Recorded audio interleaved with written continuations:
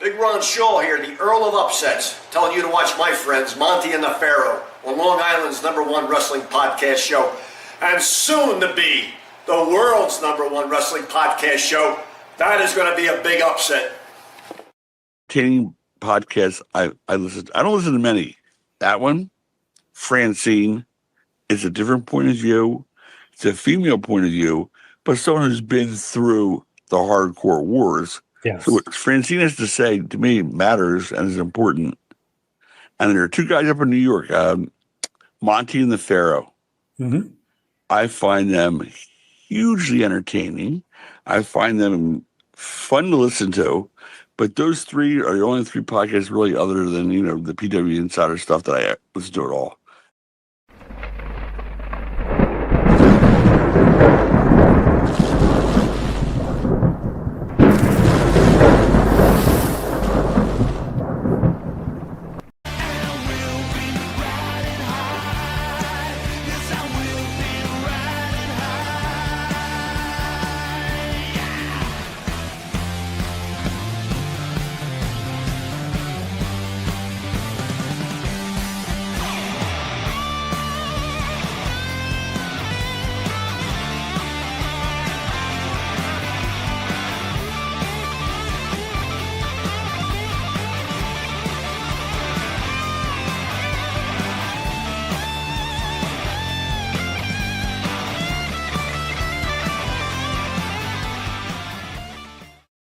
All right, welcome back to Long Island's #1 pro wrestling broadcast. Monty the Pharaoh, only seen here out of Monty's room and the Pharaoh's room. Studio almost ready, Jimmy. We're almost ready to do the studio, right? I think by the fourth quarter of 2025, we'll be back in a studio together like old times. What are you thinking, pal?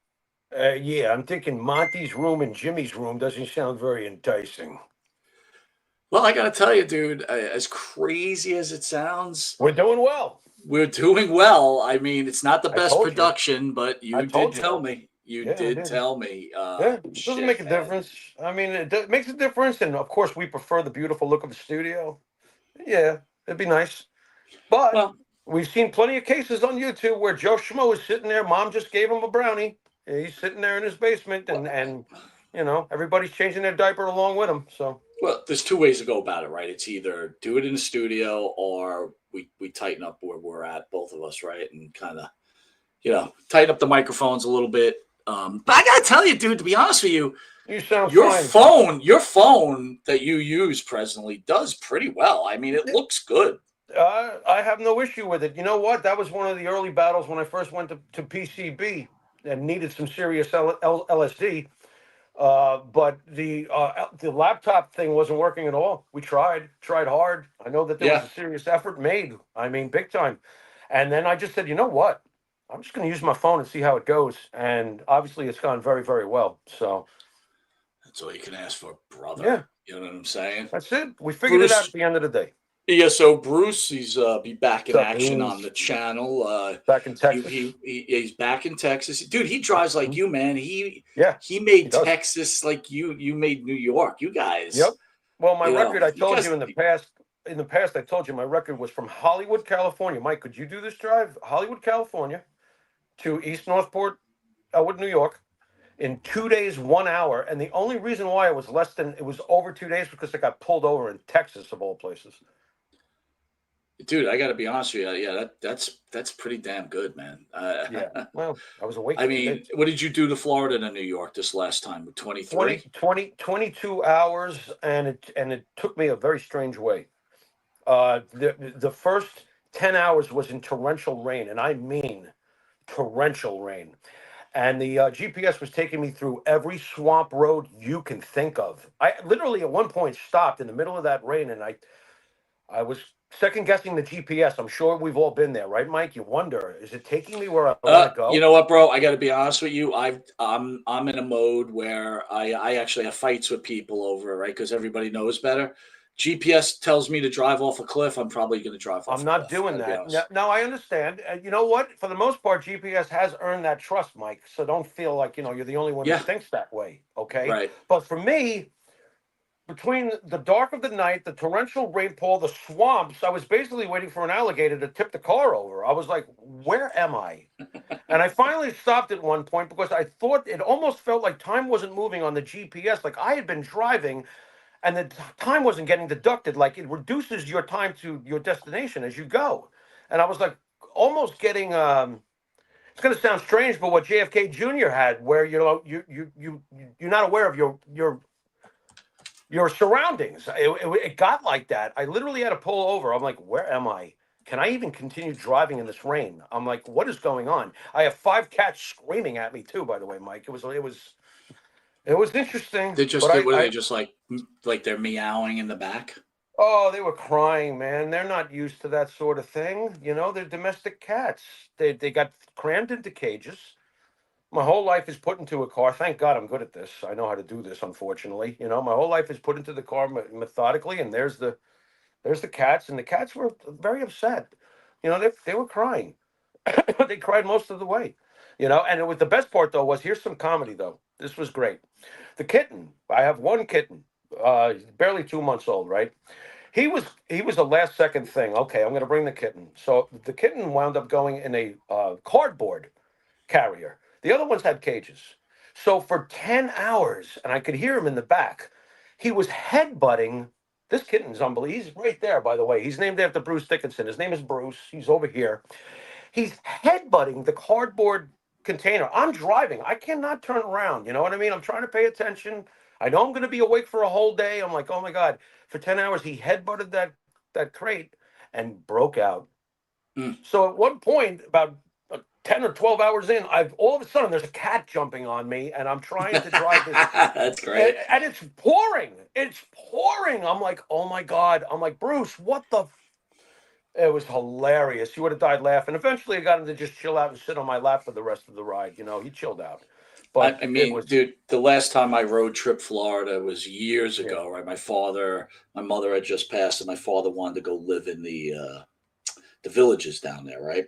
yeah, So we went yeah. to go look at a house. So the first time driving down there, we stopped over at Atlanta and slept in Atlanta, and I finished up Oh, the drive. So Atlanta! What a nightmare, by the way, driving down well, there. it's always Going. tough there. Atlanta's the new New York, right? Yeah, So well, it just killed the lead, one of the guitarists from Mastodon. I don't know if you heard about that. yeah, I Just just joined saw them. it right across the internet. But Yeah, so yeah. on the way home, so he decides he doesn't want to stay there, right? So we're there, and we're supposed to stay like 4 days. So you know my father, right? So it's like Sure. day 3, so every day we played golf at 6 in the morning, played like 6 to 9, had Oof. breakfast, went and saw houses, shit like that.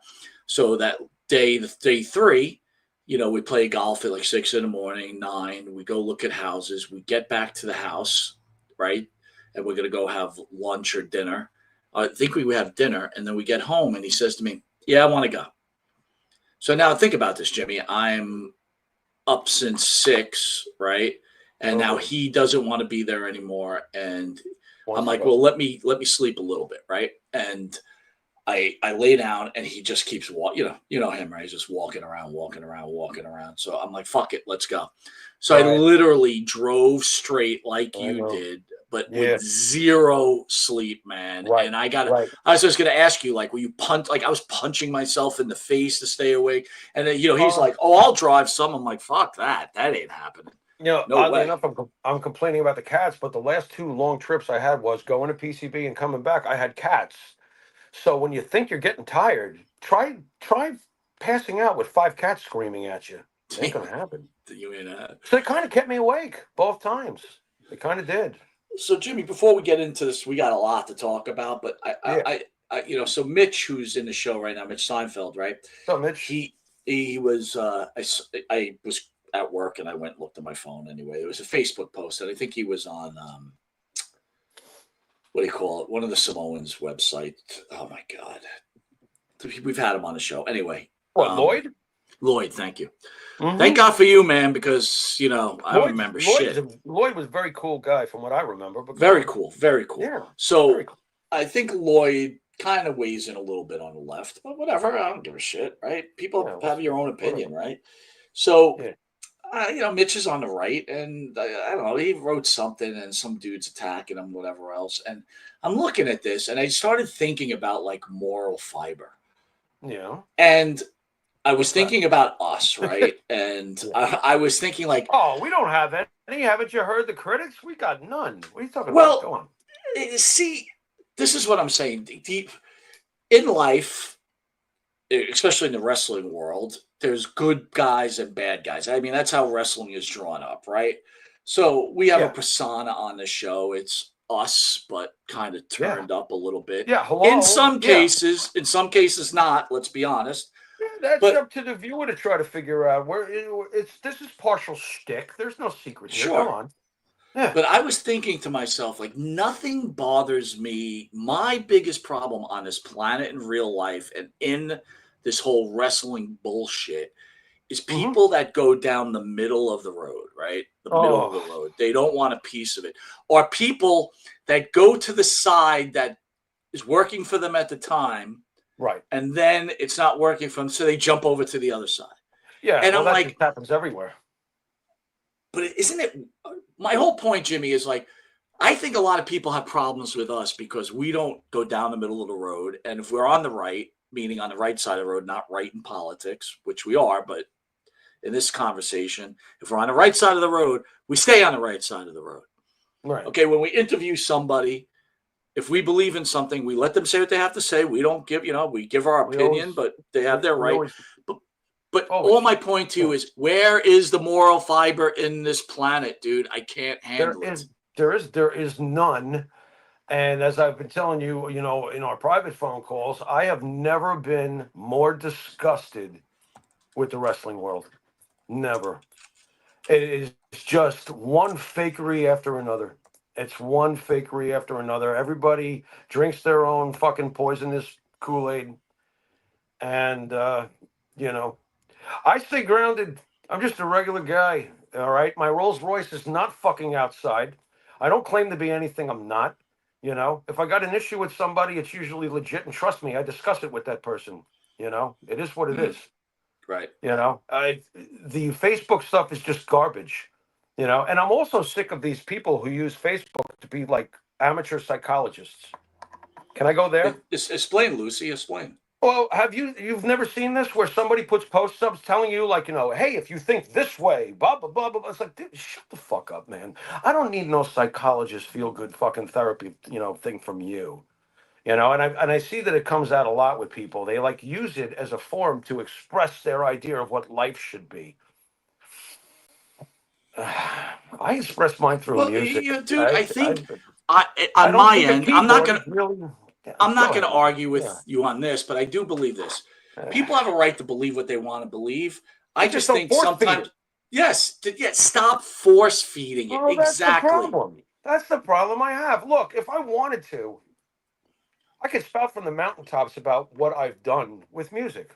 I could be Right. ramming it down people's throats, and I would actually be legitimately backed by saying what I say about it. Because everything happened, but I'm not Led Zeppelin. Who the fuck am I? I stay grounded, Mike. Who the fuck am I? I'm a talented dude. Yeah, So but yeah. you have a right to your opinion. Also, it's not like you don't have Yeah. a right to your No, opinion. but I won't go out there and tell everybody my opinion all the time necessarily. Yeah, we do it on the show. It's part of the show. But I'm Dude, but not going to spout it on well, you Facebook. know what? I That don't is give a true. fuck. You really stay out of the Because cesspool I don't most of like it. 90% of the time. Yeah. Yeah, I don't like it. I think it's shit. You've talked me into having a Facebook page more than once. I've been like, Right. bah, because all you get are. I love how they call it friends too. What are friends? We've discussed that before too. A lot of these people think they're friends with the wrestlers. You're not friends with the wrestlers. Now there are exceptions, obviously, Dude, but in general, I you're not. listen, I What, don't what are want you to talking interrupt, but about? I've heard so much shit through the years. Oh, it's I've heard guys garbage. go, "Oh my god, on Thanksgiving Day I spoke to Johnny Rods for an hour. Oh my god." It's like, dude, Johnny Rods doesn't even know who the fuck you are. It's like, shut up, And or good. on top of it, Mike, what is with the worship, by the way? Have we I don't gotten know. older where, okay, let me ask you something. Let's go deep here. Why not? It's Monty and the Yeah, Pharaoh. good. When we were kids, I think it's safe to say we probably did worship the wrestlers. Just the way we Absolutely. worship Kiss 100%. or The Who or John and Paul from the Beatles. Whatever. 100%. Whatever. Mhm. As we got older, I find it alarming that people our age, from our generation of wrestling fans, are still idolizing anyone. Is that just a sign of growing older and wiser, or could you explain this? So that's a great point, Jimmy. So I'll open up with this first. Having respect for someone, what they meant for you in your life, isn't Yeah. idolizing, right? So I'll use the No. example of Hulk Hogan, meeting Yeah. him. It was great to be able to say to him, thank you for all those years, right? That's not idolization, it's respect. No. Or It's when Kevin appreciation. Von Erich, right? Yeah. Hmm. Thank you for your family. Thank you for what you guys done. You've changed my life, right? In certain ways. Right. But Right. you're 100% right, man. If you're idolizing someone at our age, you got problems. You want to I idolize someone, idolize your father, oh, idolize your fucking mother, not wrestlers. You know what I mean? it's funny. I don't even idolize my father. There's no one I loved and revere more. But you're not supposed to idolize. And I Mhm. did when I was younger because that's what we do. I mean, you're shopped that way. You're marketed that way. I mean, boom, here's Jim Morrison when you're 15 years old. Oh, oh my God. Oh my God. Do I still have an oh my God factor with him? Yeah. Do I idolize him? No. Matter of Well, fact, it blows my mind, Mike, that the guy, as brilliant as he was so stupid that I've outlived him by twice a lifetime. How about that? yeah. Does that sound like idol worship? No, it sounds like, damn it, Jim, you were so awesome. Why did you have to die young? I think when I we're mean, born from the geez. womb of your mother and you come out, and as you learn about entertainment or politics and everything Right, else, right. just like we talk They're about the back people. of the baseball card, There's right? People people. have it, they have this, they have that. Listen, I think we recognize that, but again, idolization when you're younger, those people made the difference. But as you get older, if you continue to idolize them, listen, dude, I got to be honest with you. I think about all the stuff that I hear. Listen, I'll Ricky Steamboat when he was on the show, right? One No, of the don't remind questions me. I missed that one. well, it doesn't matter. It's our show. So one of the questions that we asked him was, "Hey, man, when these guys die and you haven't seen them, what does it feel like?" He basically is like, "When it was over, it was over. They really weren't, hey, they were friends, but they're not really my friends." You Right. know what I mean? Yeah.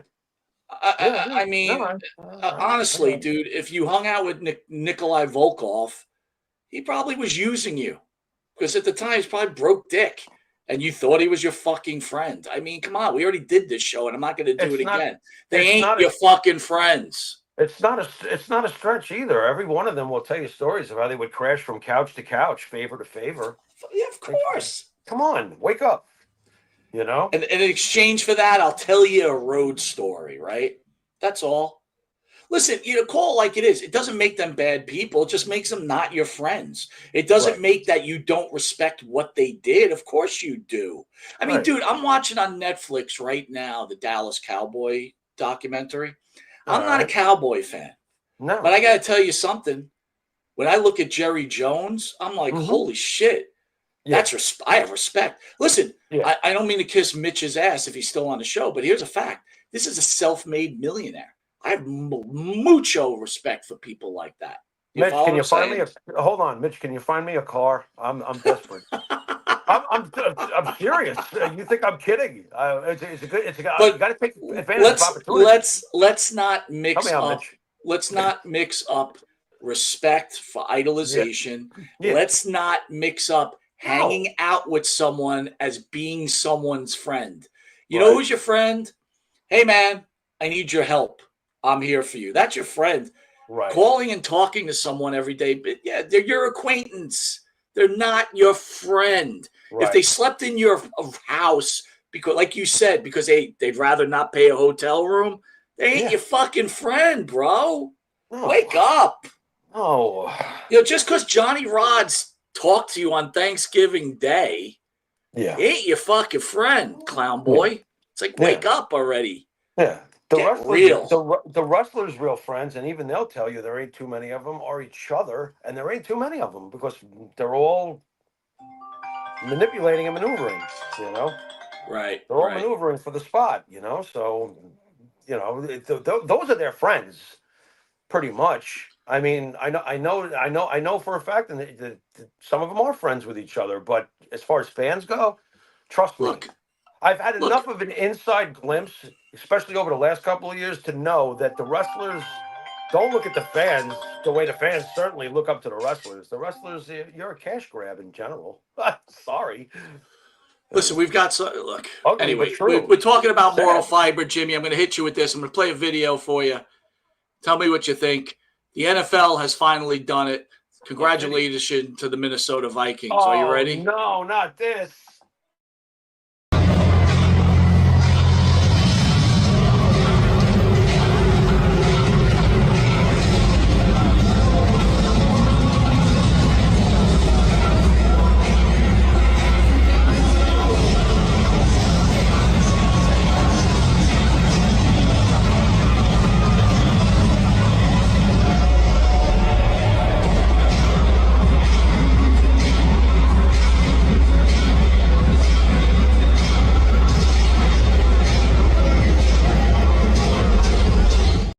All right, enough. I can't take it. I was wondering when you were going to stop it. You know, I was like, "When's he going to stop this? Why am I still looking at this? This is By the way, as a counter, I immediately request that the Hell's Angels get to do security at the WNBA games immediately. As a counter, got to keep shit in line. You know, what is going on there? Why do I want to see? By the way, can I go? Oh, you're not going to like this, Mike. Go ahead. I have always had a problem. Not a problem, but I don't see the point. I know you do, and I know America has spoken. What is that, James Terry? What has he got, nudies or something? Well, I think James Terry might have some information for us, but keep going. I'll put him on in a second. I don't know if I have the energy for James Terry right now, but okay. He might have some inside info, so and it might be important to the show because all right, again, if he's called, what I'm saying, if he's called, I know he's watching, so if he's calling, he probably has inside info. So James, if you're watching, I'm going to call you in a minute, but I want to get this whole conversation with Jimmy with the Vikings here. I already forgot what the fuck I was talking about. You got me thinking about James Terry. I'm sorry, dude. I'm sorry. Go ahead. So the Vikings have finally done it. So what I wanted to say was is that I have always never seen the point of cheerleaders. Okay, I'm one of them. Never seen the point. Hey, put him on mute, will you? I've never seen the point of cheerleaders anyway. I'm there to watch guys smash each other. And football. Oh, wait a minute, Jimmy. I got no problem with cheerleaders. No, okay? I'm just saying in general. I never felt that it was necessary. So you've already got me there, and then you show me that is what I'm getting at. Sure. Okay. What glass window has he achieved, my bro? Well, what is this? Why do I even have to look at this? What is this? Well, again, it's inclusiveness, right? It's inclusiveness. We know how well that's been turning out. Go on. Well, I guess my point is they have a right to do it. But for me personally, you know what? I don't want to see it. I don't want to see it. Honestly, I just don't. I don't want to see it. I don't want to see women playing football, and I don't want to see men cheerleading, and I don't care what anyone thinks. That's my opinion. Thank you for saying that because I don't watch lingerie football. I don't give a shit. Right. I don't give a shit about lingerie football, and I've never ever given a shit about girls jumping up and down, going go team, go team. It's never meant a thing to me. And now you give me this, and you think I'm going to like this? Well, then again, college cheerleaders Freddie have Flapjack over there doing all of this shit. What the fuck? I don't want to see it. Whatever. Sorry. My opinion. Inclusive. What do we got here? We got. I feel like I've just walked in on a Tarantino film. You might have, buddy. By the way, I love Tarantino. But this guy here, right here that we got posting, Jimmy. This is the dude that makes the cartoons on YouTube. He does a really fucking fantastic job. Nice. He takes the shoot interviews and shit like that. He really does a good job, dude. Nice work. He really does. Yeah. All right, listen. Excellent. I'm gonna have Terry. We're gonna give him 5 minutes. Let's see who's got no such thing with him. What are you talking about? No, we're gonna have it in 5 minutes because the problem is it's hard for you to talk through here because we don't have that kind of hookup. So I'll see what Terry's got to be. By the way, Jay Will. Let's see what Jay will. He can't hear me.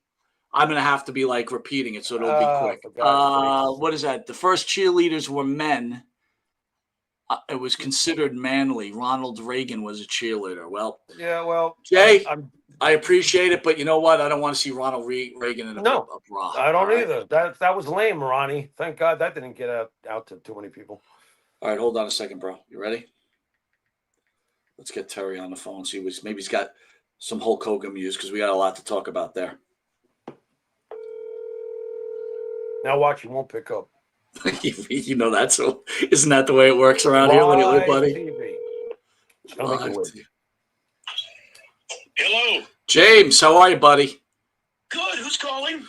This is Mike Monty from Monty and the Pharaoh with Jimmy Farrow, the star of the show. How are you? Oh, good. How can I help you guys? I didn't even know you were on. Oh, well, that's terrific. I thought maybe we'd call in to see how you're doing. Well, listen, I'm just living in this land of I'm just trying to maintain in this land of haters. And let me tell you real quick, I just got a text message that said that, a lot of these guys, they think they're friends with these wrestlers and stuff. And I dealt with this a couple of months ago. I knew a guy, fellas, that thought he was real close with a tag team called the Pitbulls. I mean, he thought they were his. And there was all kinds of weird shit, court dates and everything. I mean, he thought these were his buddies, his bros. By the way, Farrow just put you over. He actually walked off camera. Well done, James Terry. Well done. Yeah. Hey, listen, first of all, you've got a guy in your chat room right now who I have been trying to reach for months. Absolute months. That guy that does those cartoons. How good is that guy? How good is that guy, James? Huh? Let me tell you something. I've got a million questions for him. First of all, I want to know how he gets away with using the audio. Like, does he need permission? Or No, just on audio you don't need permission. It's fair. It's fair exchange. So if you ever notice, we play videos, we show pictures with sound behind it, right? Or if you want, go ahead. That guy's stuff is incredible. I would love to know if that's a program he uses, if he's got to make those. So that's Adobe. I think he's using Adobe. And I'm not knocking you, Rib, so don't get this the wrong way. But I think there's even more actual better programs than he's using. But I think he does a fantastic job. And what's behind that? It takes a lot of work to do. And by the way, Rib, why aren't you using Monty the Pharaoh shoot interviews on there? You're always using other people. We've got tons of fucking shit. Really? We should see some shit with our stuff. You've got permission to use it. Go ahead, brother. Well, what I was wondering is, could he do one with Monty and the Pharaoh, where you guys are the cartoons interviewing people? You know what I mean? Not just the interview that you do with the wrestler, but actually, I would love to see you two guys in cartoon form. But is he aware of the prank calls that we have to these pro wrestlers? I mean, these interviews are great. Some of our prank calls, like the one I thought would be great if he did Rib Shot, would be the prank call we have to Lacey Von Erich, which you've heard, or to Booker T. I mean, these guys get infuriated, and we would give him permission to not only use that, but the video, whatever he wants, I would love, because he probably doesn't even know that we exist. But I've been trying to reach that. Is that guy in the United States, or is he like in Taiwan or something? No, I think he's a States guy. Give him your contact email so he can reach out to you. Real simple, and this has been the same for 18 years. Here's my phone number, area code 813-993-2242, 813-993-2242. You'll get me. That's been the same number. Later. I also work as a private investigator on 3 different seasons and 3 different shows of Dark Side of the Ring. I've been. Wait? Can I ask you a question? Is it true? Sure. Is it true you're on a major investigation right now to find Lee Cole's teeth? So Lee Cole's missing a lot of stuff. And do you want the latest on Lee Cole? I actually spoke with him last night. Keep it short, but yeah, go ahead. Bottom line is from what I understand, they pushed his surgery back. If this surgery doesn't clear out the rest of the whole butthole cancer, he's done. From what I understand, and this is, you can check me on this or not, he's got about a 2-year life expectancy, which is about how long it took him to get 100,000 subscribers over there on his channel, in which 18 people watch. But, I don't wish death on Lee Cole. You know what I mean? I don't want to see anything happen to him. But if there's one guy that deserves to get butthole cancer, it's definitely Lee. And by the way, Rib is saying that thank you, phone guy. And he's also saying he doesn't use Adobe. So, Rib, we'll see what you got. But we took that. I'm not to go off on that or put him over too much, but we took that, what he did, that video, and we sent it to our production guys, and they couldn't figure it out. They said he's doing something that nobody else is doing. He's got his own special sauce. So there was a company that did that, but there was so many working parts that you make the cartoon of Ultimate Warrior, of Monty or the Pharaoh, and then you've got to make the eyes move, the mouth move. It takes hundreds of hours to do all the little intricate parts. So if you get Hulk Hogan just sitting in a chair, it's good and his eyes move, but he's got people in the window. Whatever that guy's doing, that's why I figured maybe he was in Taiwan, or he's one of those guys like in Europe or something, and he was doing it. Phenomenal. But 813-993 2242. Now, I am working on some pretty big stuff. I do have some things that are going on. I did speak to the Dark Side of the Ring producer, the main guy, the other day, and I can tell you that he's got some upcoming ideas for shows. And if you give me about a week or so and have me back, I will have, and nobody else has this, I will actually tell you what the next season, some of the episodes are going to be 8 months before anybody else will have it. Well, all right, done deal. And I will ask you this. Is one of them Bob Backlund? Because I talked to the producer too, and I'm hearing that might be one. I have not heard that. That would not surprise me. Bob Backlund's still alive, but he has the Alzheimer's, correct? Correct. Yes, sir. Okay. Yeah. So I wouldn't be too surprised. You can tell they're getting a little bit more vanilla in them. They're not going after some of the sensational aspects of it. For example, I like the Buck Zumhoff story. I like the Gator Wolf story for a Dark Side of the Ring episode, but these aren't wrestlers that are well-known guys. These are bizarre stories. There was also another guy, and I'm forgetting his name. Was it Jared Williams, who was a jobber in WWE with Barry O for years, and he killed a prostitute in his van and then only spent a few years in jail, now works for a fire department in Connecticut. I mean, there's some very interesting stories out there. The thing is, if you see it, you're like, well, it's not Macho Man, it's not Hulk Hogan, it's not the Ultimate Warrior. So do people really care about a guy that was a mid-card guy 35 years ago, for a whole entire story? So there's a lot of different stories out there. You never know, but there's more and more being uncovered. You guys do the best job of getting those type of stories out there. Where are you with the Buck Zumhoff? So Buck Zumhoff actually, under a few people reach out to me and said, don't do that show, right? But hold on. But he did reach out to me. I missed his phone call because I was at work, and I had to reach back. I did reach out to his caseworker, and his caseworker said, Monty, I'm not going to be this guy's personal assistant. I'll give him your information again. I have not heard from him since, but it hasn't been that long. So I do expect that Rock and Roll Buck Zumhoff will do an interview with us. And you know what? It's not, you guys aren't promoting Buck Zumhoff, but the story of what he did that involves other female professional wrestlers, one of which was his adopted daughter, I believe, and then a biological daughter. And I know the story, and I won't give too much away, is insanely interesting, whether you're a wrestling fan or not. And see, you guys have the ability to do that on different. I mean, how many times do we need to hear Ken Patera get interviewed? How many times do we got to hear about Andre the Giant drinking 118 beers? I don't care. That is an interview, and that is a story that you guys could put out there that is a two-parter on Dark Side of the Ring. That is and he is so Silence of the Lambs that it's unbelievable, but he's not getting out anytime soon. And when you hear what this guy did to human beings, it's insane. But anyways, long story short, that's where it is. I did want to ask you one other thing. One of the things I was working on is, you guys are Team Brutus Beefcake and Mrs. Beefcake, right? Because I never did hear from her. Let me put it this way. I'm going to take the fifth on this point, right, Jimmy? We're going to take the fifth on this.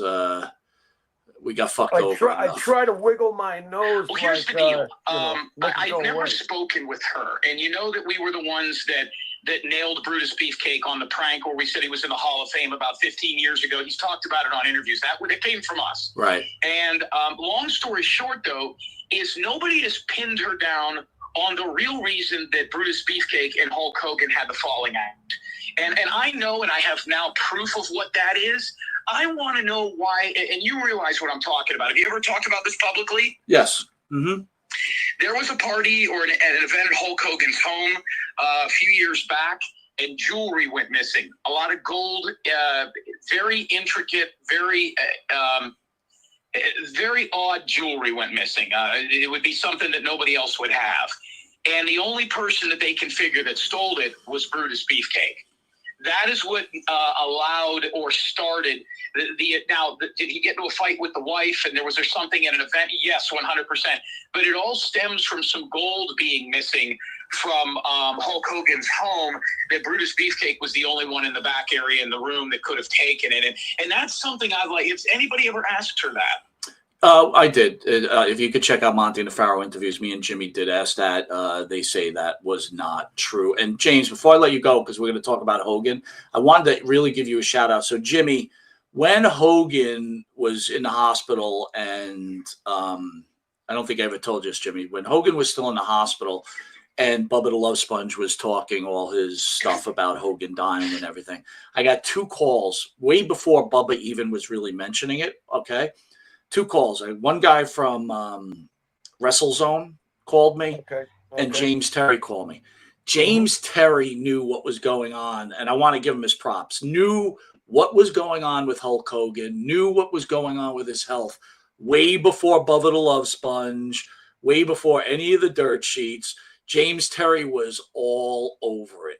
And everything he said, and we'll talk about it after James gets off the phone, but everything that he said happened to Hogan is now starting to actually come out.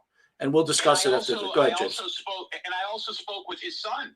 I spoke with his son about 2 weeks before he passed away, and I let you in on that. I wanted you to speak to Nick. And see, I grew up in that area. Nick and his sister were in our area. They're a little bit younger than I am. They went to Clearwater Central Catholic. I went to Countryside High School before going to high school up in Ohio. But I used to see them at the mall and all that way before the television shows. And the mother owned I think it was called the French Hen Restaurant. They were a big fish. Now, I'd seen them a million times. I'd never seen Hulk Hogan in person. But there's a lot more to this that's going on. I haven't been big into the Hulk Hogan thing because everybody with an opinion is looking into why this is. But it looks more and more like it has to do with the Church of Scientology. When you want to look at a case that involves wrestlers, you go to the peripheral. One of the reasons I was able to find out what I was about him is I called his pastor, the guy that baptized him, and I called his secretary. And I would call her up and I would ask her questions. Hey, listen, this, and this. And through just pure conversation, the woman doesn't know me, she would basically tell me what was going on. So if Hulk Hogan had to have his last rites read to him, or if the church, he was very big into that Indian Rocks church. I think that's where might have been the people that did his funeral. But I can tell you that the pastor that baptized him, his assistant was giving me the inside information, and I couldn't understand why nobody wasn't reaching out to his pastor or to his pastor's assistant. And that's basically what you do. You look at a wrestler and you go peripheral. For example, I'm working on a story right now that involves Wahoo McDaniels being involved in the JonBenet Ramsey disappearance. But we'll talk about that off the air. God bless. Yeah, bye. Well, that's something new. Okay. It's shocking. So, Jimmy, we'll talk about Hogan now. Let me get to it. So, Bubba the Love Sponge, right, is now moving towards Hulk Hogan not being murdered, but something weird going on in regards to his health. That now he's talking about how, Jimmy Hart, Eric Bischoff, we're all saying Hogan was in pretty decent shape on a Monday, and by Thursday he was found dead. What are your thoughts on that? Do you think I have nothing else to talk about, I was getting popular, or do you think there's meat behind that? So I will share with you what James Terry had told me is that Hogan was getting some kind of spinal surgery, and they went through his throat. Okay. And they cut a nerve. And I'm telling you, James Terry told me, and a dirt sheet writer had told me. They both had called me. Right. And again, I don't go off of hearsay. And, we know how we felt about Hogan. And I think you and I maybe spoke about it privately. I don't remember. But the fact of the matter is that seems to be the case that caused Hogan the downfall. Go ahead, Jimmy. I'm sorry. Well, this news that you're telling me about, as everybody now knows this, because I think TMZ just released this today, if I'm not mistaken, about what you're speaking of.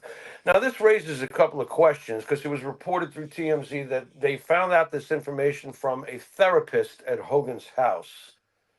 Was the therapist in there during the surgery? This is how I think. So right away, I'm thinking to myself, okay, were you in there for the surgery? Number one. Number two, what the therapist is saying, you mean to tell me that Hulk Hogan, with all of his riches, and you know he had the best doctors, you mean to tell me that a surgeon sabotaged a part of the body that any even basic doctor would know not to do? So are people just talking? I would like to lean towards that. I don't know why people won't let the man rest. I know this isn't going to be popular, especially the way, we talk about this stuff, but I personally feel let the man fucking rest, you maggots, brother. That's me.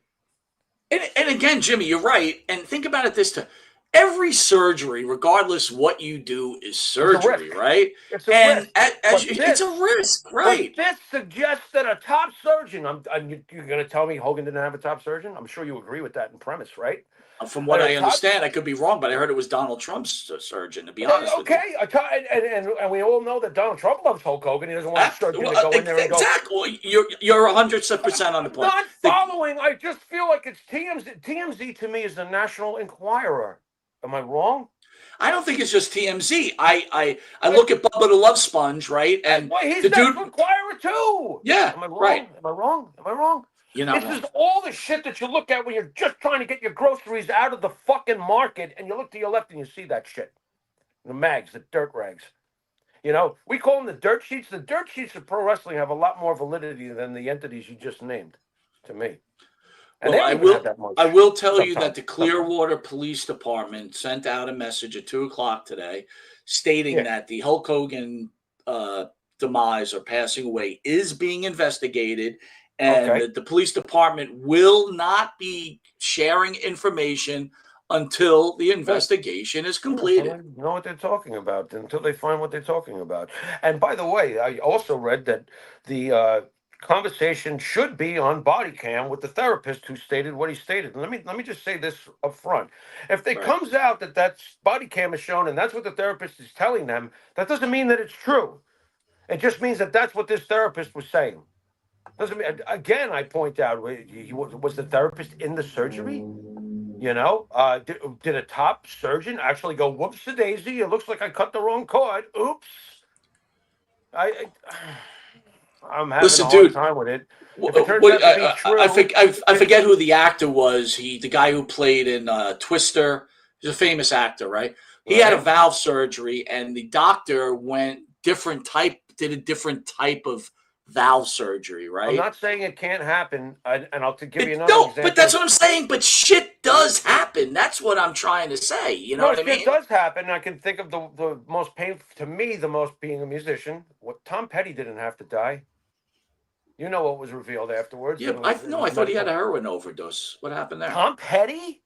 Yeah. No, Tom Petty wasn't no. Tom Petty was malpracticed on. He didn't have to die. And they found out later. It was just, it was just done the wrong way. He couldn't I thought what happened was he had surgery and he was already a recovering heroin addict, and he had surgery and he was in a lot of pain, and he decided to shoot up. By the way, B40 you rock. Bill Paxton, right? Yeah. He had heart surgery. Famous guy. Right. And the surgery didn't go right. The doctor paid. They got sued because there was a malpractice suit, right? I'm not saying that can't happen, but I just look, the vultures are circling. So anything I hear right now, I'm going to go, okay, the vultures are circling until it's proven. It's just more cash in their pocket. Well, let me ask you this too. What about the fact that, these wrestlers did a lot of drugs, right, for pain and everything else?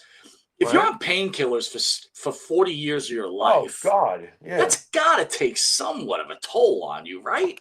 He's had over a dozen surgeries, back surgeries. Dude, one back surgery is... Ozzy said himself before he passed away, God damn it, why did I have that fucking surgery? Imagine having over a dozen of those. Listen, dude. Hogan, it's a miracle to me. Hogan made it to 71, dude. 71, miracle. almost 72. The To me, average it's a miracle. lifespan is 74. It's not Yeah. so bad. You did We okay. saw him a couple of years ago, and he looked fantastic. He So looked if he looked that fantastic, great, right. almost up till the very, very end. What, he doesn't get an A+ on the report card? Of course he does. Does for me. It I'll does for me, remind too. everybody on March 29th at 4 o'clock p.m. we have Killer Cross in studio, who, as we know, is no longer with the WWE. I think from what I understand, is they offered him a contract, and He had 24 hours to accept it, and he turned it down. Thoughts on that? Yeah. Well, they gave him 24 hours to accept it. That probably can look. If my perception of what I think has been going on over there is what's been going on over there, I'm sure he felt that he could have been pushed better. I'm not. Let me finish the whole spiel. I'm just telling you what I think played out over there. I think that he felt he could have been pushed better. I think that he did get some positive feedback from the fans that, yeah, we do want you pushed better. I think that from the moment he got up to the main game, it was the shtick was dead. And I think that probably behind the scenes, he's probably very upset about it. He was gaining traction right now. I don't like the method, but that seems to be the method nowadays is to build up the sympathy of the internet and to state your case and have people rally around you. And that seemed to have worked for him. So to be told, hey, sign this, you got 24 hours. It probably wouldn't work for me. I'd probably be like, yeah, you know what? Of course, I'm sure he took to a lawyer, but basically, yeah, you got 24 hours to fucking figure this out. Yeah, you know. Jimmy, I gotta be honest with you. I might have just signed it, to be honest with you. I know you would have. No, I know you would have. And you know what? You would have been smart. You still would have been working there, and you wouldn't have worried about it. But here's the deal, though. And my wife would have been working there, so now we're getting double paycheck, right? Yeah, but obviously his wife must feel the same way he does. I would have to assume. I think what they're doing, if it's not a work, which still could totally be, yeah. You know what, man? Well, what's the point of what's the point of bringing him back? Look what they did with R-Truth. He had all this sympathy, and they brought him back, which I disagreed with anyway. You and I were both saying, "Oh, what was me R-Truth?" Yeah, listen, I long for the days of Vince McMahon, Jimmy. Vince McMahon never kowtowed to the fans. Yeah, Triple H is starting to turn out to be a bigger, better Tony Khan. He just wants to give the fans what they want. He's a bigger, better Tony Khan. That's a very, very interesting way of putting it. I'm not going to fully disagree with it. That goes to show, and you know how much I have been glad that Triple H is in charge, and I'm a fan of Triple H, and I think Triple H is a very wise man. I even love the music. We love the same music, which, you know, the guy seems awesome. But I think you're right. I think that he's inserting himself too much into the whole thing, and not the way Vince would have. And it feels almost like a bit of a friendly summer camp in some ways to certain folks in the locker room. We'll talk about Triple H in a second, but Monty and the Pharaoh do have an exclusive. The WWE, since they couldn't sign Karrion Kross and Charlotte, have signed independent wrestler Andrew Anderson, as you can see where he's pictured below with Bruce Pritchard and his valet, what's her name? They will be joining the WWE for almost 1/10 of what they offered Karrion Kross. In fact, rumor does have it that Andrew Anderson will be valeting cars for all people that show up to the arena, and he'll be parking their cars for him. So let's say congratulations, Andrew Anderson, for replacing Karrion Kross. Jimmy, any thoughts on that whole thing? Yeah, but have you seen the buffets at WWE when you worked there? Listen, you know Andrew likes free shit, dude, right? So come on, he's going to be wolfing down that filet mignon. What are you talking about? Oh, and by the way, if this is really happening, I've decided that it's time to start watching more AEW. Oh my God, that in itself, dude. I want to get my last little bits of Jericho before he comes home forever. Oh, we're going to get into that. Again. We'll get into that. Nice. Speaking about that, right? So we were into Triple H. So recently, TMZ, right? They found Stephanie and Triple H on vacation. These pictures are going around, and you know, and people are, you know, having a good old time at Triple H's expense. And I'll tell you how I feel about this. It's like the guy's 55. Okay, so the body, I'm sorry, very difficult to keep. Look, there's a few guys in this world, right? Stallone, Chuck Norris, right? Jack LaLanne, he's not alive anymore, but they had some sort of genetics. Triple H, number one, is 55 years old. Number two, had massive heart attack, and his heart isn't even working at full capacity, so he can't work out like he used to. He can't keep hitting the juice. The body already, after you've been doing the juice for a while, right, you got to go through testosterone therapy. But more than likely, to me, for a 55-year-old Jimmy, he looks pretty damn good. And Stephanie looks incredible. You telling me people are shaming him? Oh, my God, dude. Oh, my God. Oh, my God, it's crazy. Are you fucking kidding? First of all, if I'm going for a swim and I look to my left and I see those two, I'm thinking to myself, that is one big motherfucker. That's the first thing I'm thinking to myself. I'm sorry. And then the other thing I'm thinking to myself is puppies. Ah! Yeah. Like, wow, they look great. What the fuck? Leave them alone. That's bullshit. So what? Yeah, it's a big motherfucker. I'm sorry. I think he looks good. I see pecs. What's the problem? Well, he's not perfect anymore? Because when you're a god, people look for things to get destroyed. He's a fucking younger man, and he still looks fantastic. I'm sorry that, look, is he in wrestling shape? No, like you said, he survived surgeries. He survived near-death experience. Let him play his fucking Motorhead and leave him the fuck alone. See, Triple H, I still love you. What are you going to fucking do? That's just typical fucking people, though, bro. Just shaming him. How do you even... that's ridiculous. That's Bradshaw says... He's on a yacht in Greece, and the only thing you can say is, as a 50-year-old, he doesn't look like he did when he was 20. Really? Question mark? Right. It's exactly. It's come on, man. Yeah. It's lunacy, dude. It's bullshit. It's absolute bullshit. I wish they had let Mike Tyson fight fucking what's his face for real. Whatever. No, dude, I'm not so sure. I know about we that can go one. back. I hate to open up that can of worms, but I'm sorry. When you watch Tyson your whole life and you see that there's spots where he's pulling back, it's like, God damn it, Mike. Well, he's not the only one being shamed, right? Yeah. So this young lady, who is one of the most gorgeous women in the world, right, for so many years, Jennifer Love Hewitt. Oh my Lord! Being body shamed. So there she is on the left, and there she is on the right. Right. 3 children, or maybe even 4 children later.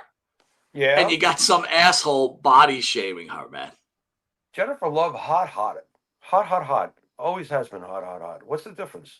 Okay, so she's not young and Miss Elizabeth perfect anymore. And by the way, Jennifer Love Hewitt is one of those Marsha Brady's in my universe. Can I say that? Dude, I think she's a Marsha Brady in everybody's universe. Yeah, I mean, Jennifer come on. Love Hewitt and she did awesome shows too. My God, she did some great shit. I think she's great, and I think she still looks great. What's the big deal? Jay Will says Arnold's almost. Jay Will says Arnold's almost 80, and Arnold isn't Arnold anymore, even at 60, and he still looks great. Yeah. I mean, Christ almighty, it's like, it's tough, dude. It's got to be tough. Yeah. Well, don't forget, though, the joke is really on the ones, because most of them who are doing the firing of these shots are the younger ones. Well, guess what? It comes for you, too, and it happens much faster than you think. So, you laugh now, and later on, when I can't laugh because I'm gone, you'll be going, oh, my God, these people, no respect, blah, blah, blah, blah, blah. Circular, folks. Circular. It is circular. Very good, Jimmy. Very good. Yep. I want you to weigh on this. So during Hulk Hogan's tribute, it's now been revealed that Becky Lynch, The New Day, Paul Heyman, and Rhea Ripley refused to come out and show their respect. All right. Well, fuck them. How's that? Fuck them. None of them would be making what they make today if it wasn't through the osmosis of the Hulkster. So piss off. You got no fucking respect. Let me ask you something. And by the way, I do respect Paul Heyman. Paul Heyman's been one of those people brave enough to tell all the Chris Benoit apologists to go fuck themselves. So, Mr. Heyman, I have nothing but respect for you. But Jesus Christ, Paul, I need to ask you, why do you think the New Day did not come out there? I don't know. I don't know what their agenda is. Look, the new If you had to guess, right? We'd have to guess that they're black and they didn't like his comments, right? I'm not gonna assume that. Oh, even though you're probably right in assuming that. 80% probably accurate towards that possibility. Um, I agree with the ones who have said move on. Didn't Coco Beware just ask us on the show, ask the people to just stop? Just stop this? Yeah. Stop He this. did. So if the New Day want to carry that grudge, go ahead. And I'll carry a much less important grudge that you guys have been overbooked forever and you're way more legendary than you should be. So how about that? Wow. You know? What about Becky Lynch? Why do you think she didn't come out? I don't know. I really don't know. I have no idea why Becky Lynch would have such an issue. Was Seth out there or was Seth injured? No, she was. Seth was out there, I believe. Yeah, or he might have Seth been was injured, out there, Jimmy. You and know what?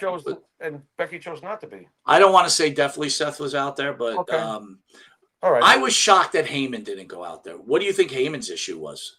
I have no idea. Well, it's very possible Hulk Hogan could have been like, "Who the fuck are you?" Although it's not consistent with everything we've ever heard from people who really knew Terry Bollea. It's not consistent. It isn't. Terry didn't have to walk up to Karen McDaniel all those years ago and tell her how much he respected Wahoo. Right. So I know that Hulk Hogan got it. He knew what the business was like, and he certainly paid his dues. See Matsuda's broken leg to him. So I know that he fucking cared. All right, I know he knew about it, and you would have protected your spot too. So I really don't know, other than insane jealousy, and Hogan's such an over-the-top persona that people get carried away with themselves and self-perception on him. They all should have been out there, one way or the other. They all should have been out there. When Coco was asking for the forgiveness, when Tony Atlas is saying he's not a fucking racist, when Dennis Rodman is saying he's not a fucking racist, he said some shit. We've all said some shit. So yeah, they should have been out there. They should have been out there. Rhea Ripley, I'm assuming, didn't go out there because it's that inclusiveness stuff, right? Hogan's old school. I don't know. I'm assuming. Is that her agenda? I didn't know. Well, you know what, dude? Like, she's a beautiful woman. She's an incredible wrestler, right?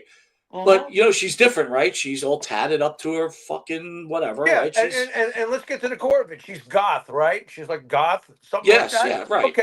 Okay. And who put over the ultimate goth fucking macabre character, Undertaker? Who put him over early on? Who did that? Who helped open the door to the enormousness of the Undertaker? And trust me, he needed that on his resume to pin Hulk Hogan. Okay. Do you think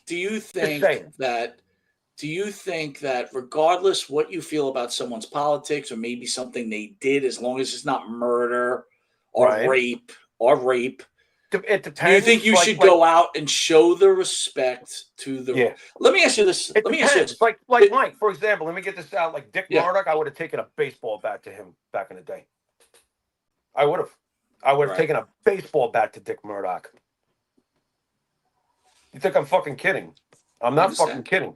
I don't know how they didn't back in the day. They had to do business. I understand all of that. But trust me, if that guy was spouting half the shit and doing half the shit with the KKK stuff, here's one white boy that doesn't agree with that kind of extremism. Go fuck yourself. All right? But don't you think as a wrestler, you have to respect a guy like that who made you what you are today? Right, because we all have to admit this. Yes. If it's not for Hogan, these guys aren't multimillionaires working twice a week. Yeah. No, they're not. It all began with him. The same way it all began with Joe Namath, who forced the merger, who turned the Super Bowl into the Super Bowl. Everybody made money off Broadway Joe. It's the same thing. He was the skyrocket for professional football. I'm sorry. There's no way around it. It's the one thing us Jet fans have. The reason why the NFL is the way it is today is because of Broadway Joe, the mink coats, Raquel Welch, the cover of Sports Illustrated, the guarantee, and everything else. The first guy to throw for 4,000 yards, he took over the nation. Chicks were going to football games. They were not going to football games en masse before that. Frank Gifford was the closest example, and he didn't come close to what Joe did to the ladies. The ladies went nuts. So it's one of them. Hogan is one of them. When he shows up, everything becomes big time. Changes everything.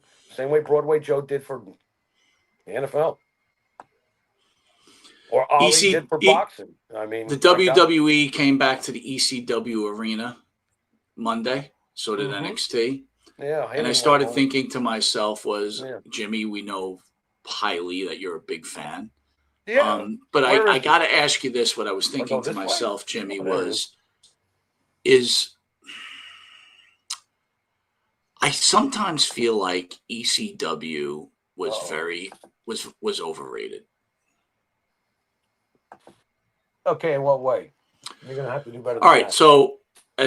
so I felt like ECW was a bunch of guys who couldn't make it in wrestling, right? They were independent guys when you were an independent wrestler, right? That you weren't big enough, you didn't have good enough mic skills, maybe you weren't a good enough wrestler. You kind of were trying to make your way into wrestling, but you couldn't find your way in. And then here comes a guy like by the name of Paul Heyman that will bring on a whole bunch of guys, and he has all his great ideas, but he has to be totally different, and he has to find a bunch of loose cannons to execute his idea, right? Yeah.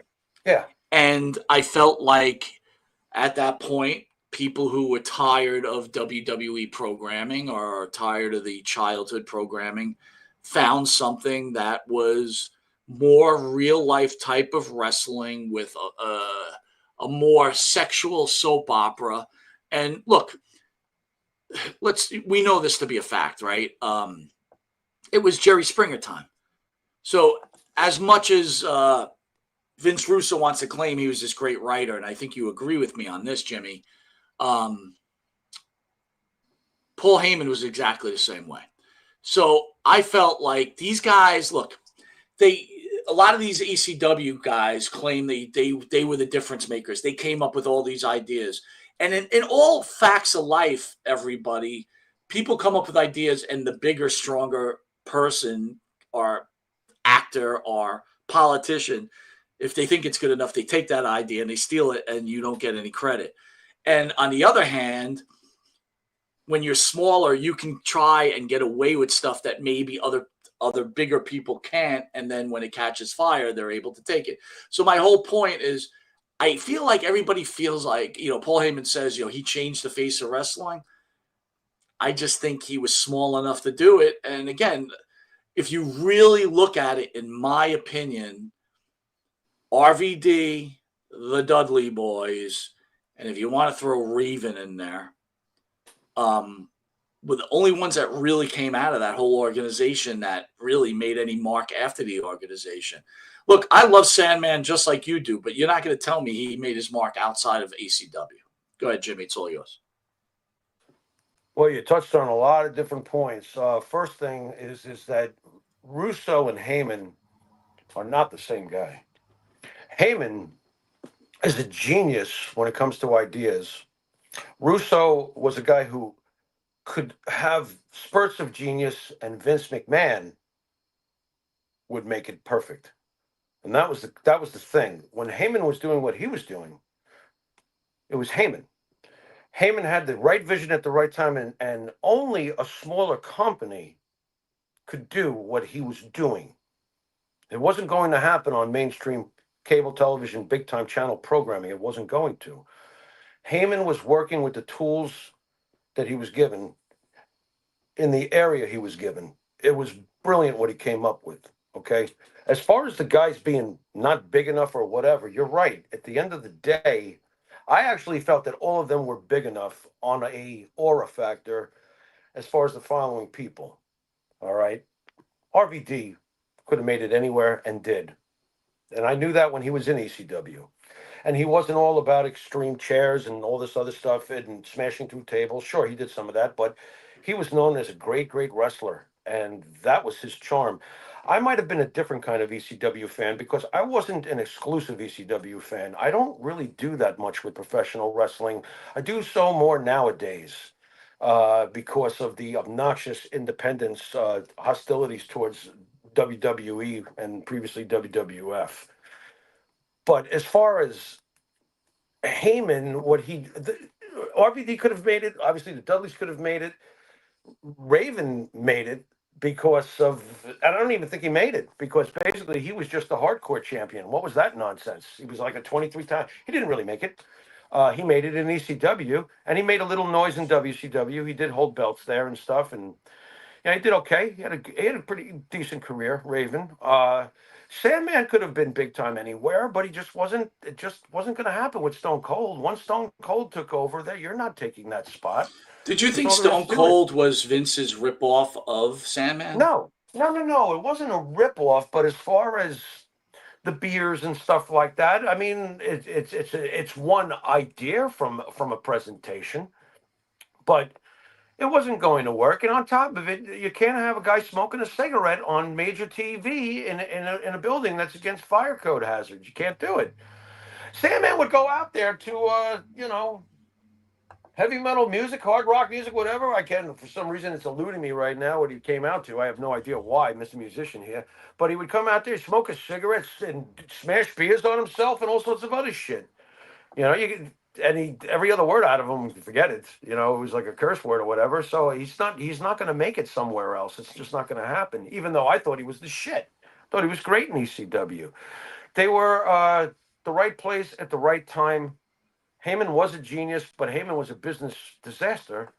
And you're right, Vince, the bigger shark with the heavier politics in the business and the bigger strength, took it. And it showed too that it needed to be exactly where it was. Smaller time, not small time, but yeah, small time, smaller time. Because when Vince tried to present ECW, it was a disaster. And it never would have worked in a major arena. There was something cozy and intimate about the ECW presentation on television. Mitch is mentioning Heyman doing booking. Heyman isn't what I'm saying I'm talking about ECW. Heyman certainly was a genius, right? I mean, not a business genius, but a genius. Yeah, I think he still is. He's a creative genius. He's a master at what he does. He's great at it. He's no Russo. Russo's a joke compared to Paul Heyman. Russo had Vince McMahon to collaborate with. Look, to me, I'm going to use a Kiss analogy. Do you remember when they were trying to replace Ace Frehley and they brought in Vinnie Vincent? Do you remember him? Yeah, absolutely. Okay. Well, Vinnie was there for two really good records. Okay, he was there for Creatures of the Night and Lick It Up. Both are excellent albums. And after that, they do a big downturn and they go all glam metal and get really ridiculous for a while. Okay, because Vinny's gone. Now, the big misperception is that, Vinnie Vincent saved Kiss. You mean to tell me that the guys who put out 6 albums worth of shit like Detroit Rock City, Love Gun, I Stole Your Love, oh my God, God of Thunder. I could go on and on and on. Deuce, Strutter, all these, rock and roll all night. They're going to need Vinnie Vincent to figure out how to write a rock song? No, they didn't. And on top of it, Vinnie Vincent afterwards, and this is where I use a Russo parallel, because Russo without Vince is Vinnie Vincent without Kiss. You understand? Can you name me one song Vinnie Vincent ever did? No. Can't. I don't know how we went from ECW not having the impact that they claim they did to Vince Russo. You used the Russo Heyman thing. Because they had that same mindset. It was Jerry Springer time. I mean, not fully with Paul Jerry Springer. Yeah, there were some aspects of it, not totality like Russo's writing. Russo's writing was totality in that aspect of that, what you're speaking of. Heyman would put flashes of it in, but there was plenty more going on an ECW show. You had a technical match between RVD and Jerry Lynn. Then you had, an extreme match with Sabu and Taz or whatever the hell you had. Then you might have had some tits and ass or whatever you might have had. You had a little bit of everything. There was a little bit of everything. And I think this, Jimmy. I think that the WWE would have evolved without ECW. Yeah. No, they were on their way. Because you had Triple H and Shawn Michaels. And I want to ask you this last thing before we get to Chris Jericho, because we got to get that point across. Okay. If Vince McMahon was running the WWE now, and the New Day, Rhea Ripley, and Becky Lynch, no matter what big stars they were, didn't come out, what do you think would happen? They're out there. First of all, they're out there. Yeah. That's right. No one's walking off. They're out there. That's Thank you, brother. Vince McMahon is Bill Parcells. Tough shit. Get your ass out there. Oh, are your feelings hurt? Get your ass out there. Are you kidding me? You know what this guy did for you? The fuck out there. The end. It wouldn't even be discussed. Vince would basically say, "We're going out there and we're going to pay proper respect to everything around us. Look around you. You see everything we got here? This big dressing room, that big spread over there of food. You see everything we got. You see? Did you see your paycheck this week when I gave it to you?" Mitch is saying ECW is creative booking. It was booking that was allowed to happen because you were so small. So you did everything like sexual and everything. You couldn't get away. It could with happen that on that level, Mitch. Yes. That's the truth, Mitch. It could happen on that level. I agree with you, Mitch. That the booking was ingenious. Paul was great, but the setting was perfect. If you try to do half that stuff in a much larger arena, I'm telling you, it didn't feel right. Once in a while, ECW would have a pay-per-view at a larger arena, and I would actually miss the ECW arena. True or false, Mitch? I bet you did too. You know, it just felt right in a more intimate setting. All right, dude. Rumor has it, Chris Jericho looking for maybe a WWE option. Now good, dude. I already got a feeling what you think about this. I'm gonna tell you what. No way. This ride is over. Stay in AEW. Be an agent. Help him write stories. You can't be part of the WWE talent. He's too old and he's too worn out. And honestly, just like we are, he's old. His body isn't there anymore. And honestly, Jimmy, who are you putting him in a program with? Who? Nobody. There's no one left. You want to bring him in to do a farewell tour and have him lose to every wrestler until he leaves? What's the point? Go ahead. It's all you because I know which way you're going with it, bro. Well, you're probably right when you say that. First and foremost, and I know you've isolated me to have the camera to myself, but I almost want to ask you, Mike, Chris Jericho, at the end of the day, body of work, is a WWE legend. Of course, yeah. Okay. So my advice to Chris Jericho would be this, and he already's probably going to do this if he's thinking about it, because Jericho doesn't make mistakes usually. Not usually. I don't think so. I think that Jericho's a pretty smart guy. I think Jericho should hit the weights, do what he's got to do, get himself slimmed down, make himself look good again, because he can. I think he can. At this age. Yes, I do. All right. Come back in shape. Have your farewell tour, whether it's a year, whether it's 2 years, tops 2 years, I would say if I was Triple H, but I would probably just say a year. Have your farewell tour. Come in, cut up and jacked again. You could still find a way to look good. I'm pretty sure of that, okay? As far as his mic goes, come on. He's Chris Jericho. You don't think the roof will fall off the place? And who does he work with? Kevin. It's his farewell tour. I don't know, dude. This learning tree, to me, I know some people thought it was great. Am I thrilled with it? I No. hated Do that. I just that laughing learning tree thing. I'm like, bro, it's over. No, not it's that. over here. No, not that. Not that. We could bring back the list. You can't put him with Kevin Owens again, dude. We've done that story already. Yeah, but it's been gone for a long time. Man, I'm a believer in this. Sometimes it's time to say goodbye, right? Yeah. It's time to hang it up. Yeah. And I'm sorry, dude. You think he should go out in AEW? That's how his career would end? No. Listen, I don't think him going out in AEW stops him from being the WWE Hall of Famer. I don't think him going out in AEW hurts him any which way, dude. But well, I gotta be honest with you. Yeah. I just don't see it, and it doesn't make sense to me. It just doesn't. And he can't wrestle anymore either. And I saw RJ Hudson posted, put him in with someone to carry him. Dude, these young guys, listen, we're not even looking at the talent that's there now. Do you think these young guys want to be working with these old fucks anymore? Probably. You really think? No, I don't think they ever did. If you look in the years past, I don't think that they're ever fond of that idea. In general, they do it. Some of them Let me do it. let, But let me ask you this, Jimmy. If shit, you're a Michael was wrestler just right now, thrilled you're losing a to young Hogan. upcoming wrestler. Do you want Yeah. an old guy coming in and taking your spot or taking your TV time when you're trying to build your legend? Or are you getting angry about it? I would always protect my spot. I would always protect my spot because once upon a time you weren't at that spot. So if you got to a certain spot, you're damn right you're going to protect it. That's why I've always laughed at the Hogan haters. You mean to tell me you go through all that shit? You get your leg broke by Matsuda. You go to Japan. You go to the terror. You deal with fucking Vern Gagne. You do it all. You finally get to the spot you want. You're supposed to be like generous with it, huh? No. And you have your own little What? internal family there. You want Of an course. outsider coming? To me, Triple Not at H, it all. would be a mistake. And as far as I Well, know, Triple H isn't a fan of his anyway, right? yeah. So there's that too. All right. Very interesting thing that came out. I want your weigh in. It's the top 10 pro wrestlers who made it big in Hollywood. Oh God. This was All from the right. Hollywood Reporter. We're going to go from 10 to 1.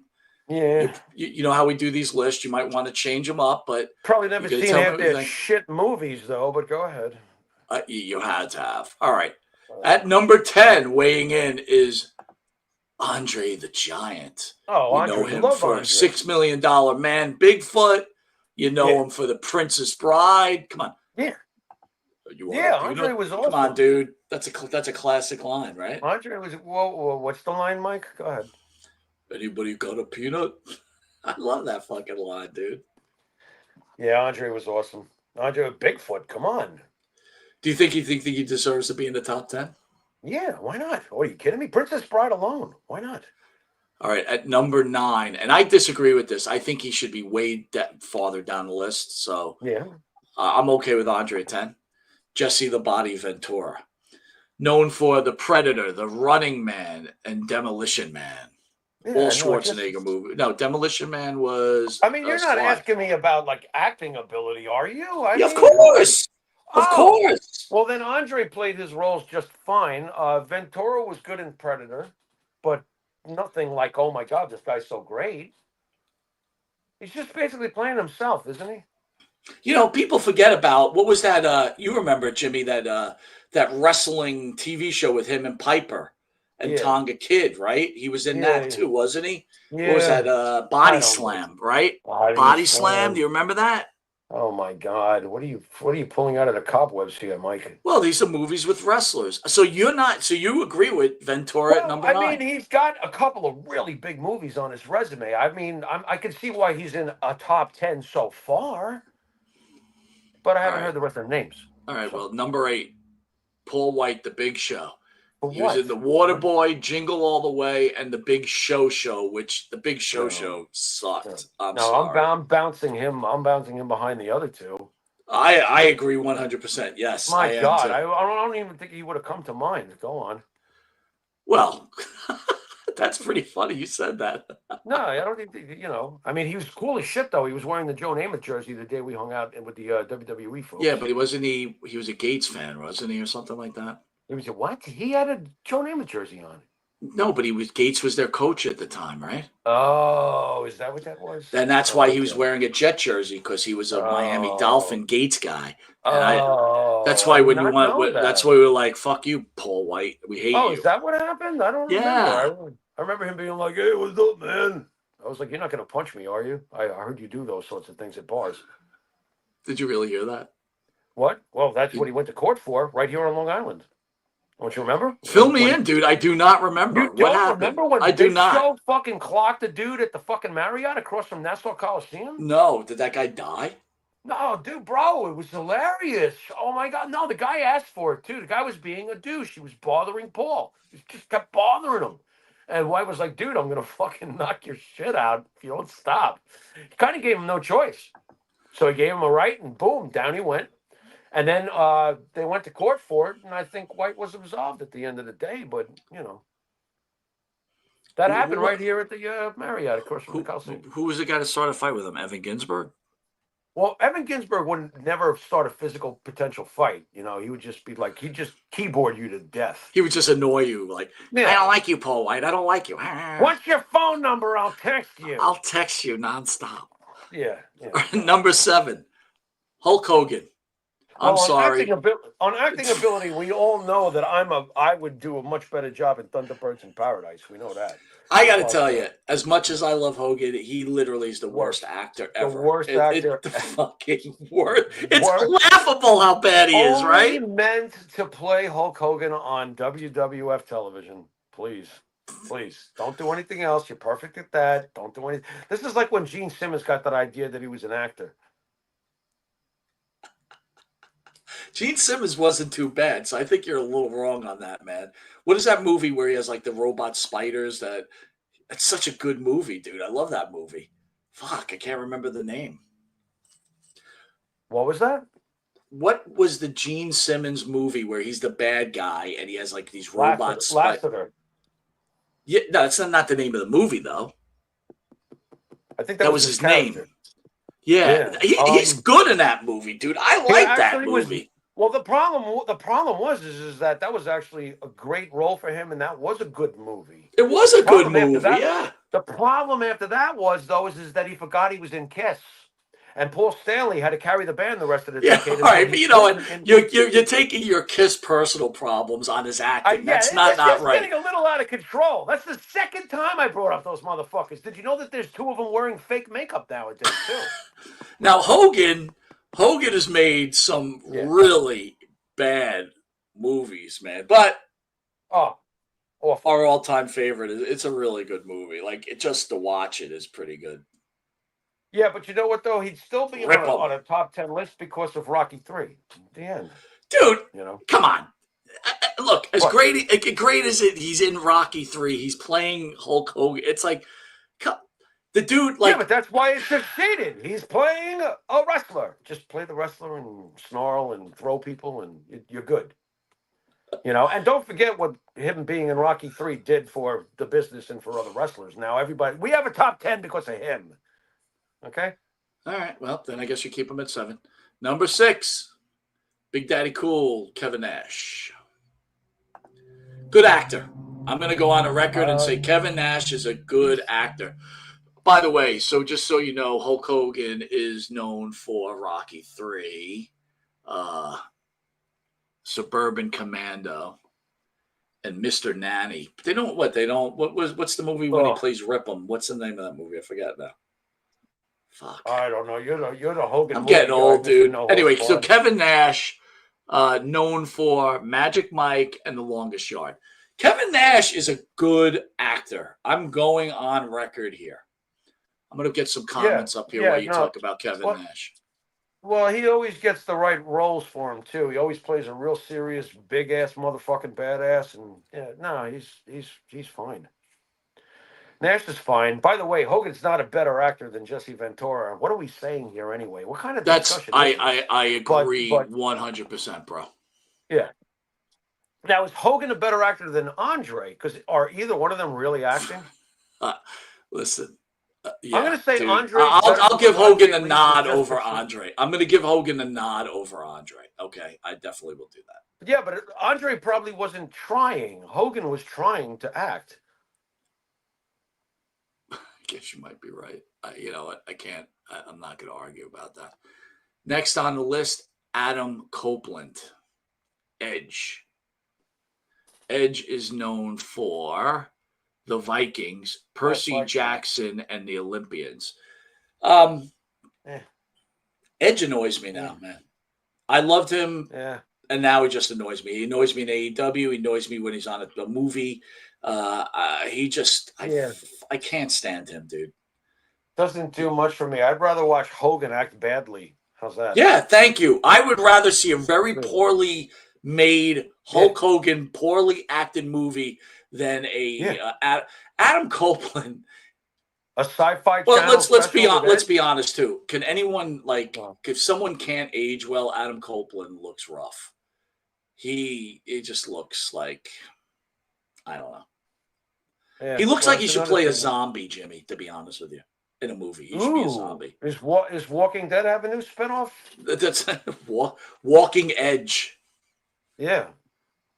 With Kristen Number Cage. 4, the Yeah. rowdy one, Roddy Piper. They live. They live. It's always sunshine. It's always sunny in Philadelphia. Yeah. And by the way, Hell the Comes best to Frogtown is another great movie. Yeah. No. Here's the best actor on the list by far. I mean, By Roddy far. and They Live Alone. Oh, by far, dude.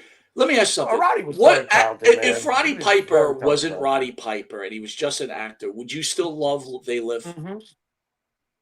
Oh my God, would I? Of course I would. You know, you're also forgetting John Carpenter's involved in that too. So it's just. So let me ask you: are you a that is Carpenter one of the guy? most- Are you a cop? Do you think he's a good director?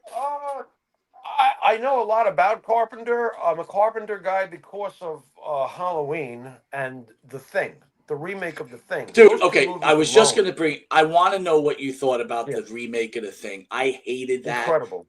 Really, the Incredible. original I loved. I hate the black and white one. I loved. I hated the remake. I love them both. Wow. I love them both, and it will shock you if you go online nowadays and see how that movie is perceived now. That movie, I liked it then. That movie is the most exquisite example of isolation that you will ever see. The effects More than The Shining. still hold up. Oh yeah, it's right there with The Shining. Think about it. It's right. By the way, it's right there with that as far as isolation. And The Shining is another masterpiece. Oh my God, what a movie! But think about it. You are in the Arctic. Your radios are down. It's nighttime.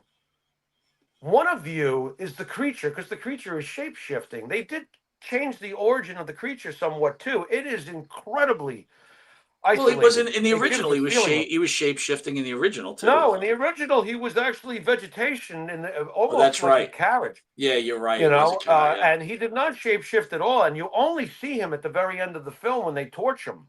Right. You know, but in the remake that Carpenter made was different.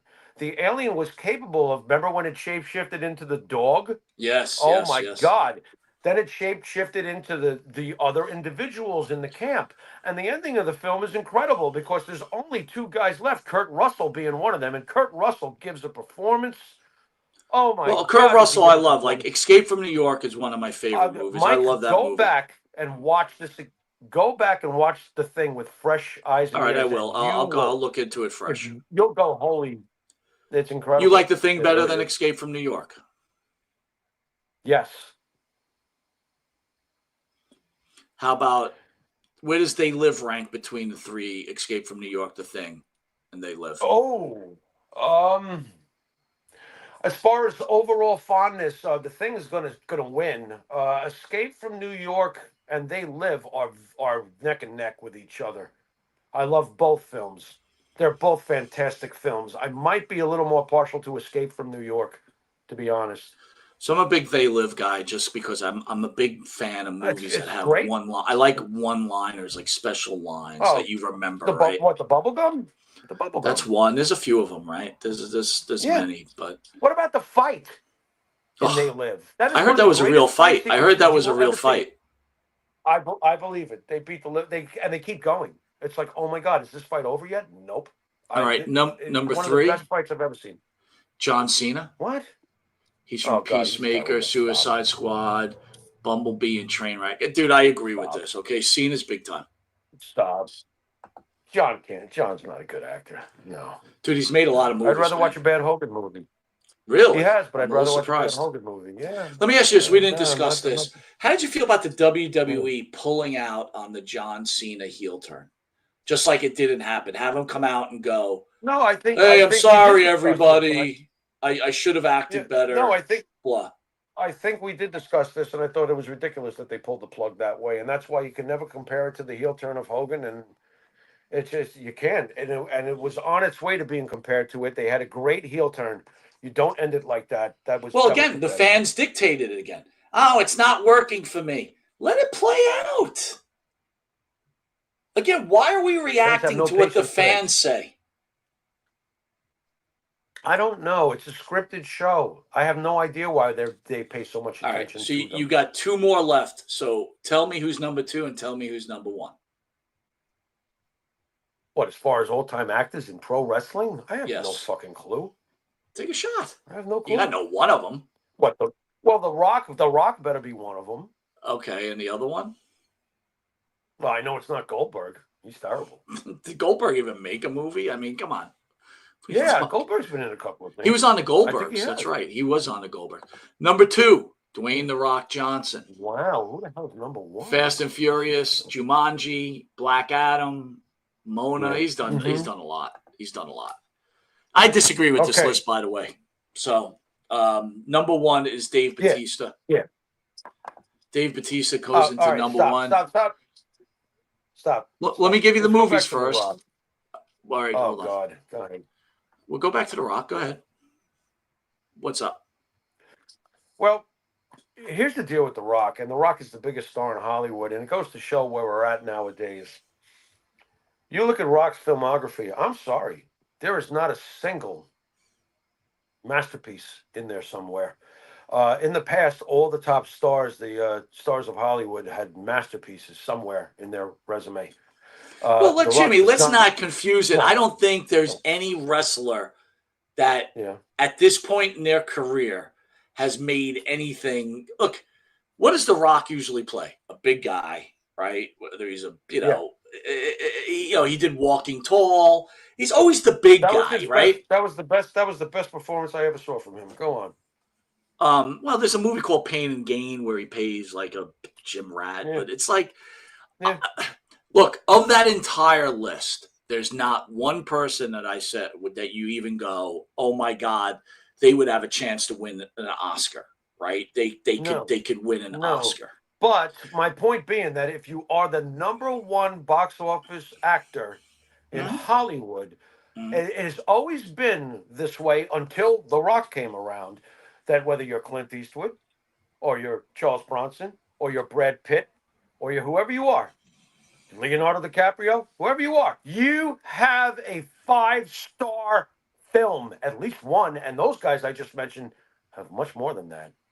So here's The Rock. Where is your? I don't know. Let me throw. Well, it out wait a there. minute. So I'll challenge on Titanic? this. Does Where's your Stallone Gran does Torino? Stallone have a five? Give Does me Stallone something. does Stallone have a 5-star career? A Yeah. 5-star movie? Yeah. Well, for Rocky alone, yeah. Okay, that you know what? And I'm not going to argue that. Rocky won, You're yes. not going to tell me it's not. It's one of the All greatest right, films no, ever made. I'm going to agree with you. What about Schwarzenegger? Yeah. Schwarzenegger's Yeah. had enough great ones. He's had They're enough fun. great ones. They're fun. They're fun, dude. Whoa. Terminator 2 Judgment Day is a masterpiece in science fiction. I'm sorry. It is. Yeah, but it's not his acting that's making it a masterpiece. But he plays his role perfectly in All a right. 5-star masterpiece. I understand. Okay, I get that's it. what I'm getting at. There are no 5-star masterpieces on Rock's resume. Let me ask you something. Let's Which I have an issue with. the movie The Wrestler. Yeah. If you really used one of these wrestlers, the list, any of these wrestlers, Only one could have possibly pulled it off. and we're talking guys about The Wrestler, right? The movie The Only Wrestler. one could have possibly pulled it off. Of the Okay, 10 we just. Go ahead. Roddy. Oof, really? If Roddy was a young enough at the right age to play that age of that wrestler at that certain juncture, I think Roddy had the most acting skills of the 10 guys you showed me. Yes, I think Roddy Piper's a better actor than John Cena. I think Roddy Piper's a better actor than Dave Bautista. I think Roddy Piper's a better actor than The Rock. Until The Rock gives me something as good as they live, you're not gonna convince me otherwise. And don't tell me Roddy's not a great action guy. Let's see The Rock do that. I don't think any of those wrestlers on that list, if they were in the movie The Wrestler, The it would have bombed. It would have bombed. It's the only one I said had a possibility of making it work. It doesn't mean it will. I got it. But could you what I'm imagine Roddy Piper playing the role of the wrestler? I can't any of the other ones. I would be interested to see what Roddy would have done.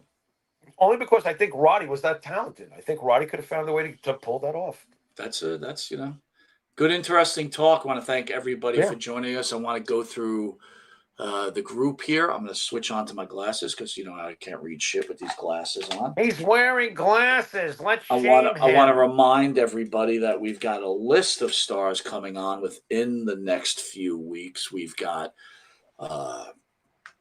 hold on, I'm going to go through our list of stuff. All right, Jimmy, just hang in there a second, and we'll share with everybody what's happening here. Better call them in advance. Make sure nobody else has stubbed their toe or something. The way our luck is going, yeah. So we said we got Karrion Kross on the 9th, on the 29th. We've got Kerry Morton will be on October 2nd. Al Perez will be in some port in September. And we're going to have Georgia Smith, the daughter of Davey Boy Smith, will be on. And, again, we did have some plans to have Missy Beefcake on. We got kind of stiffed on that one, and then Barbie Beefcake. But anyway, I want to thank everybody for joining us. Jay Will, as always, thank you. Diz411. He said Piper did movies too. Yep. Jason Morning, the man. How are you, my friend? It's always great to see you. RJ Hudson. RJ. What up, always bro? there, man. Good guy. A mess. I'm glad you're doing well. What's up, mess? Rib Shot. Check that dude's channel out. Those cartoons are off the fucking hook. Well done, sir. Yep. Great job doing that. I like when people come up with original ideas. You'll be hanging around for a while, so kudos to you. Mitch Seinfeld. Always good to see you, my friend. Phil Brooks. Phil DeCesare, the president. I called him Phil Brooks on purpose. Mr. President, I got your message earlier, Phil. I got to get back to you. B40, how are you, buddy? You're always a plethora of information. B40. You're always helping me out when I can't remember half the shit I'm supposed to be talking about. B40's been around a long time, my friend. B40. He has been around a long time, dude. And it's Matthew Holland. Always good to see you. Crazy Matt Holland in the house. There he is. What's going on? Maria Davis will not be around for a while. She's got a personal issue, and she's always writing me saying, hey, Mike, I won't be able to make it. We want to thank ESO Creative, who will be bringing on some massive programming to the channel. So it's always great to see him, and we're glad he's back in Texas. ESO, great guy. Jimmy, you want to send us out, my friend? Another great show, pal. Sure thing, brother. You've been watching Monty and the Pharaoh. And until next week, later. You know what I wanted to talk to you about. I want to welcome our new sponsor, 500 Level. www, shouldn't be using that, 500level.com, where they sell all sports clothing and all this wonderful stuff. And support the Monty and the Pharaoh Show. Please use the code MP20, that's MP20, and get a luxurious 20% discount with 500 Level sports gear. And right now they're offering a holiday special with 10%. So that's a whole 30% off the garments. Jimmy, you just being part of their sponsorship, ordered yourself a nice little T-shirt. Yeah, I'm acknowledging the great tribal chief. Yo, by the way, I'm really surprised you went that route, dude. I got to be honest with you. Oh, it's funny. As I was looking through, and by the way, they have a lot of great stuff for you folks out there. When you get to that site, there's a lot of good. Dude, I was tortured. You said to me, pick a shirt, and I'm like. And by the way, it's just not wrestling, dude. It's all sports. Like, I was surprised you went wrestling. I was like, really, dude? Well, I mean, after all, they've been, kind enough to be our sponsor, and we're going to have a partnership with them. Of course I'm going to do wrestling. It's a wrestling show. Sometimes it's a wrestling show, right, Mike? Sometimes. And let's not reminder, MP20 for a luxurious 20% off of 500 Level. And like I said, for the holiday, they're offering another 10%. What do you think I was? The Monty and the Pharaoh Show is brought to you by... Because wine is your second favorite four-letter word. California wine, New York attitude. Good fucking wine. Yeah.